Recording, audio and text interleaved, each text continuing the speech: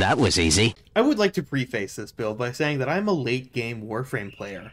I have absolutely everything unlocked. You, though, might not, but that's okay.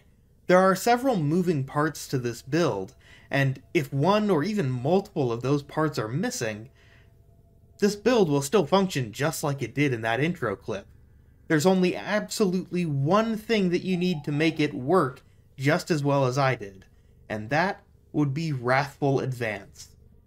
You get this ability unlocked for any Warframe by subsuming Kullervo to the Helmand system, which is all you need to do well.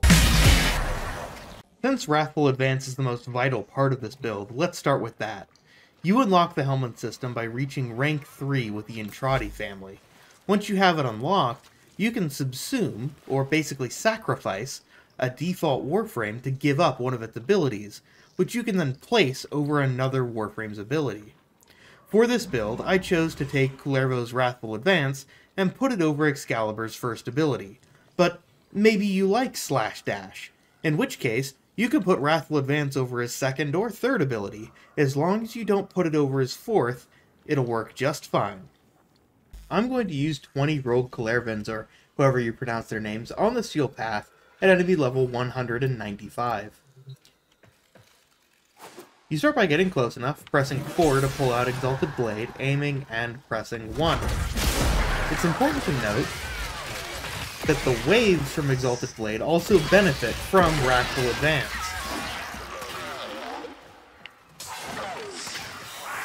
And then, of course, once you have Wrathful Advance on, you can just...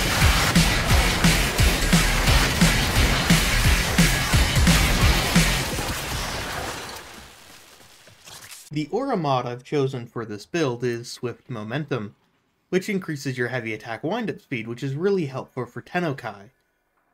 Even if you don't have Tennokai unlocked, it still might be useful. But you could easily swap this out for Steel Charge, which you can get through the Nightwave store, or you can also place on Empowered Blades, which drops from the Spectres from the Silver Grove.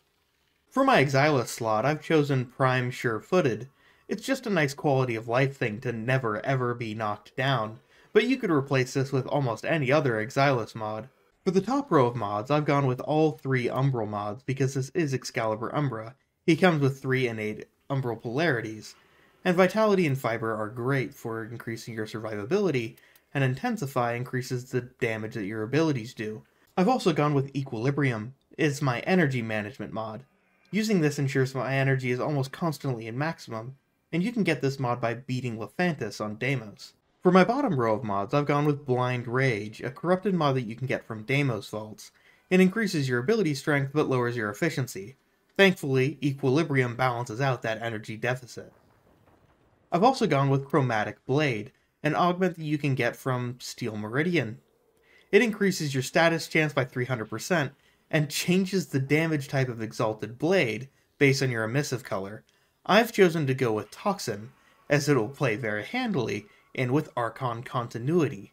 You can get this from Call's Camp, and it gives you ability duration to increase how long you can keep your sword out, and also how long Wrathful Advance lasts. Also, abilities that apply the Toxin status effect from Chromatic Blade will also apply a corrosive status effect. I've also, for my last mod slot, gone with Primed Flow, and I'll explain why in a little bit.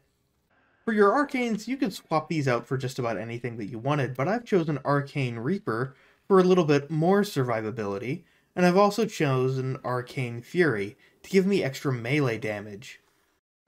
For my Umbral Blade, if you have Tennokai unlocked, I recommend using Dreamer's Wrath.